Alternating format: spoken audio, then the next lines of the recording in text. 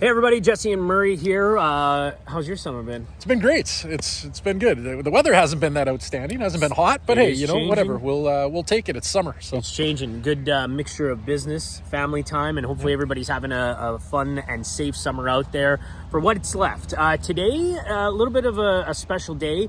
Murray and I are here at Real-tor's, all part of a fantastic charity golf tournament that we are doing here at Royal LePage Prime, all in for our Slice for Shelter. This is something that we do with the Royal LePage Prime, our shelter foundation, in conjunction with Alpha House. Murray, tell us a little bit about how we as realtors kind of connect with Alpha House. Yeah, so as agents, shelter is something that we get an opportunity to take some of our commissions and put towards. So we don't actually have to do much. We just got to check a little box on our forms when we're getting commissions, and they'll donate to the charity for us, and it's great. It gives us an opportunity to do it without really having to think about it. Yeah, you know what? There are a lot of people out there that need help, and it's fantastic that when we can help out in any way, and you guys out there can help as well with Alpha House, with the Shelter Foundation that us here at Royal LePage Prime do. So check out the description. We're going to give you a lot of different links that you can be in touch with the Alpha House, so you can support women and children that are in need, because sometimes it's difficult to ask for help or look for that help. So it's nice when we can give that assistance. So coming up on today's episode, we got a special one. So it's part 2 of our electrical series with Chadpetriw. So that's going to be a great one. This one's more focusing on main floor stuff. So it's not about the panel, it's about your kitchen, stuff like that, and just kind of some of the codes that are out there. So I want you to check this out. I think it's going to be worth your time watching, and we'll cut into it. Absolutely. Enjoy. Okay, now while we're looking through houses, or whether in the inspection process, Chad, there are things that we need to take a look at whether we are the real estate agents with our buyers or whether we're with the inspectors. Let's start off with the kitchen though, because there's a lot of things happening in kitchens.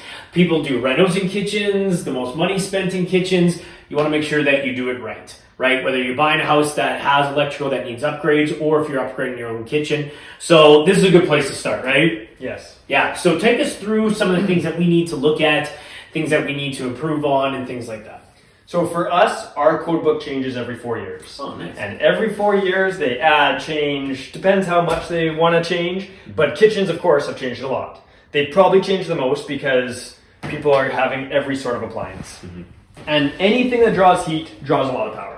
So what does your kitchen have? It has pressure cookers, they draw a bit of power, but then you have panini makers, and you have the ninjas, rice cookers, and everything. The ninjas, the everything. Yeah. What's the other one?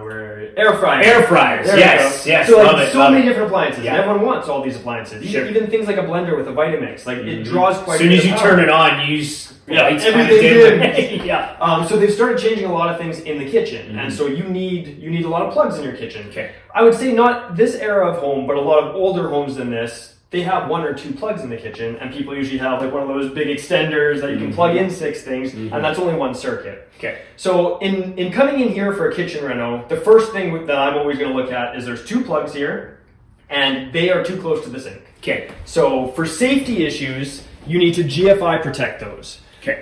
Basically, from what I heard through the grapevine, is that the guy who created the GFI grabbed a hair blower, jumped in the bathtub to show that it worked. And he doesn't live to this day. I was going to say, is he still around now? He lived through that, though.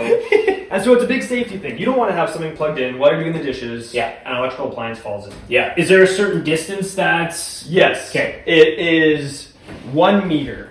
Okay. 1.5 meters. 1.5 meters. From the actual start from the edge of the sink. Okay. Yes. Okay. So almost anything, if we were just to change the electrical in this kitchen, almost all these plugs. We'd probably want to add one over here, but almost all these plugs would need to be GFI protected. Okay. There's 2 ways of doing that. And that's where things kind of get sticky, because people say, I've got great plugs and they're fine. Yeah. And so these might talk a little bit over some people's head, but these are wired a split 15 amp, which means there's a circuit on the top and a circuit on the bottom. And usually the top of one plug and then 1 plug over, which doesn't exist here, is also on the same circuit. And then the bottom 2 are on a different circuit.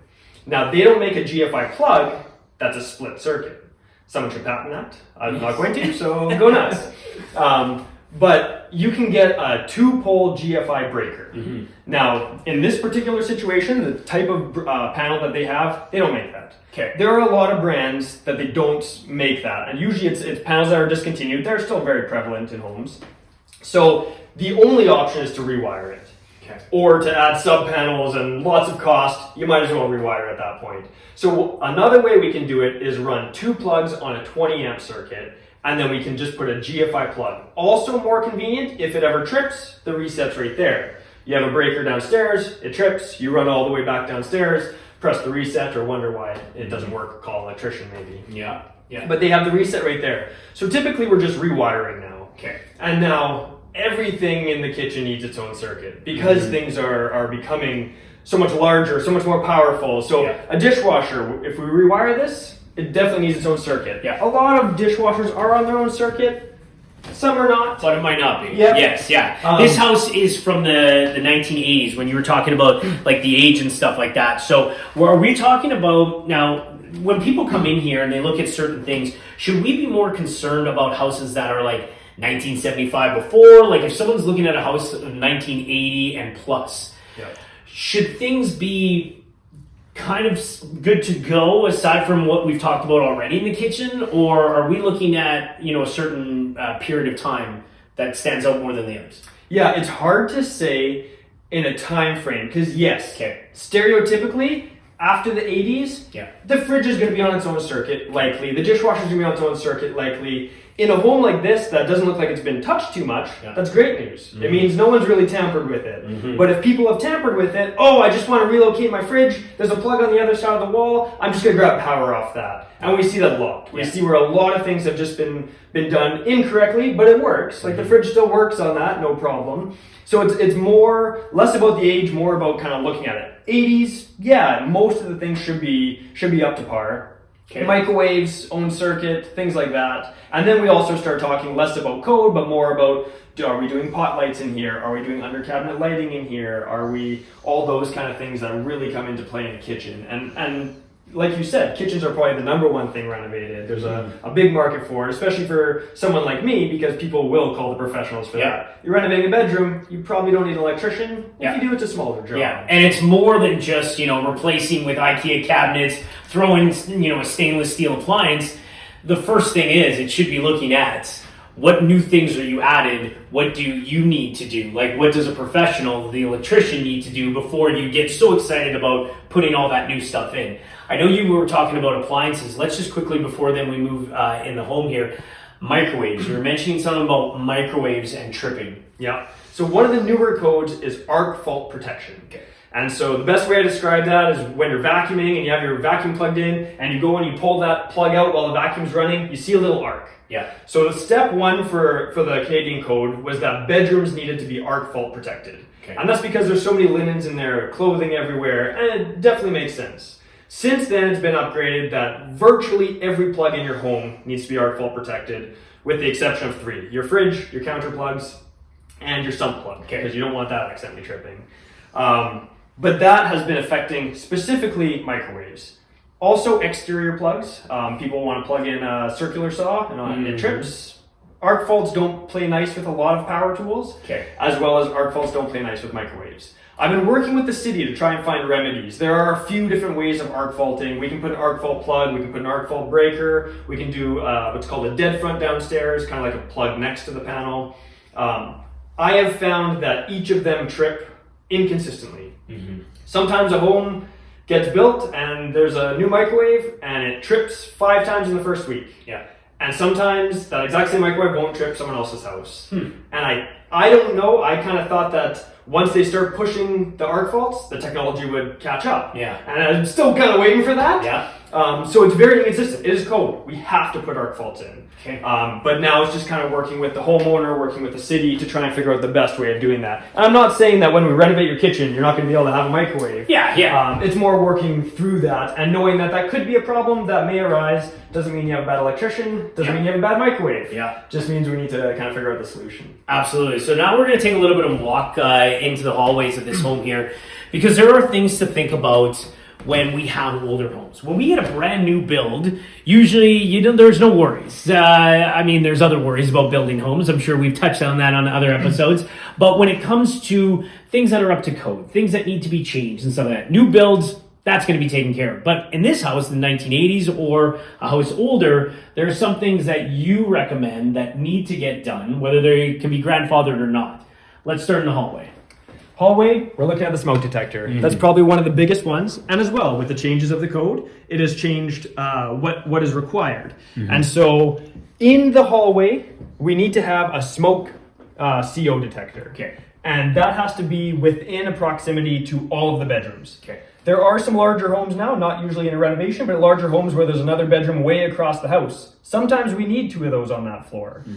In most cases, though, we just needed 1 smoke CO in the hallway, and then each bedroom needs a smoke detector as well. Okay. They all need to be hardwired and interconnected, so if one goes off, all of them go off. And every floor needs a smoke CO detector. Okay. So if we were renovating this house, we would need 1 smoke CO detector in the hallway, 1 smoke CO detector in the basement, and then a smoke detector in each of the rooms. Let's talk about, you were just saying about like the main floor, and we just talked about that. Let's talk about basements, whether they are finished or not. Is there things that people should be looking into? This home right here has an unfinished basement. So when the homeowners are going to start finishing the basement, so they got to have that smoke CO. Is there anything else that's a little bit different? What if these people don't finish the basement? Do they still just need 1 smoke detector in that entire rec room area? Or is it every certain feet or? That's a great question. And so if we were just doing the smoke CO and smoke detectors upstairs, we would also have to add 1 in the basement. Okay. Anywhere in the basement. Okay. If there's no reason to move into this house and be like, we have to have hardwired. They're not coming after you unless you do a reno. Yeah. Then you need to bring everything up to code. Now, if you were not doing anything up here but wanted to develop the basement, you need to do all the proper smoke COs and smokes if you're adding bedrooms. However, the city of Winnipeg also requires you to add a smoke CO detector on the main floor. Okay. We've had conversations about that because we're not touching the main floor. We're not doing anything to the main floor. But their interpretation is that the basement ceiling is open right now, so it is a good idea to add that up there. They also don't make you add smoke detectors in every bedroom. They've kind of drawn this line. I'm not sure why, but they've drawn this line that yes, we do require 1 smoke CO. If you were to renovate some bedrooms up here down the road or at the same time, then you can pull off that smoke CO, interconnect it with additional smokes that you would put in there. Okay, so it's good advice so far that you've given when it comes to finishing that basement, moving into a home that's a little bit older. Now, you've given some good advice about kitchen as well. This falls under, and you mentioned the word city. So we always want to make sure that we're doing the right things here in the city of Winnipeg. As soon as you go outside the perimeter, there's also different rules. I'm finding that out right now doing decks and sheds. Totally different rules as soon as you hop over the perimeter. But let's say, okay, somebody's starting to do some things, and you want to do it right. Obviously, calling an electrician is the number 1 thing that you should do. Now, there are people out there that say, well, you know what, that GFCI, I can go to Home Depot, I can do it myself, or you know what, I can start doing some pot lights myself because maybe there was a ceiling fan. Pulling permits, the importance of permits, all that. Because as realtors, we do have that on the property disclosure statement that if you did anything inside your home and that you did not pull permits, you have to disclose that, right? So can you just maybe touch on that a little bit? Yeah, so when I started the company in 2012, permits weren't as prevalent. I didn't need to close my permits. They would never come after me. I would open permits. I would try and close them. Now I'm all caught up, but they are getting very adamant about permits. Okay. They are going back. You have to disclose it if you're selling a home. Yeah. A lot of questions I've had is the homeowner says, can I pull my own permit? And a homeowner can pull their own permit if they do the work in their own house. Okay. And so I can't pull a permit, well, I can because I'm an electrician, but you can't pull a permit for a friend's house. Okay. But you can pull a permit for your own house and you do the work in there. I cannot come do the work under your permit because you're the homeowner, you're pulling that permit. Yeah. So typically they're gonna call me, I'm gonna pull the electrical permit. There may also be a building permit or a plumbing permit as well. But it's really important to get those permits. The codes are there for a reason. We'll argue all day about what's right, what's wrong, where we think it's important and not. But they're there for a reason, and typically it's for safety. And so the city definitely wants permits pulled. And then working with usually a professional to know how to navigate through that. Because if you're not, then you might do your whole basement and then the inspector comes and says, you need a smoke CO up here. And it's constantly changing. It's constantly changing on what they interpret. It changes with the city inspector that you get as well sometimes. So it's making sure we're all on the same page, trying to navigate those changes together, and then making sure we know what they expect, what the code expects, and what the electrician expects as well. Because we all want it to be safe in the end. And I think that's great advice that you just gave there, because if you're ready to sell your home, obviously you're going to probably be asked by your realtor to fill out that property disclosure statement. There may be some surprises that you have there. So I know it's always nice to don't wait right before you're starting to sell the house. Look into those things before. You can check to see if there's any open permits. You don't want to sell your house and then when the buyer moves in, there's hiccups. Or prior to, I had a situation where a buyer was about to move in and there's still an open permit on the air conditioner because that was moved and the electrical permit had to be closed on that one. So doing those things ahead of time, if you're thinking of selling, always, a good thing. And obviously get an electrician in there to do it quick and easy is probably the best way to do it, right? Yeah, and even whether you did it yourself and didn't pull a permit, or you bought the house and it doesn't have a permit, it's still your responsibility. So we've also worked with customers and the city to do after construction permit. Yep. And figuring out the whole basement is finished. Yep. Now we need to pull a permit. We need to get the city in, see what they want. Do they want us to take anything apart? Do they want us to just show them what they have? I typically will need to do an inspection and then sign off on that. Yeah. And generally it's fairly pain-free, but it takes time. Sure. It definitely takes time. Yeah. So it's important to do it early. And that's the thing. We all run into problems, and I know the city, not putting them down, because again, the city is just trying to make sure that homeowners are safe out there. There are new things being introduced this year that I've run into a lot of tradespeople that they're going, this wasn't here this year. Yeah. And the city has now introduced a couple things. So that's the last thing that you want. So people out there that are watching, they can definitely contact you if they're, have any questions about that.